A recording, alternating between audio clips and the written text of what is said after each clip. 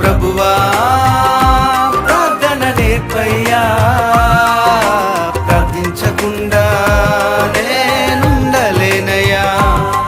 నీ పాదాలు తడపకుండా నా పయనం సాగదయా, నీ పాదాలు తడపకుండా నా పయనం సాగదయా.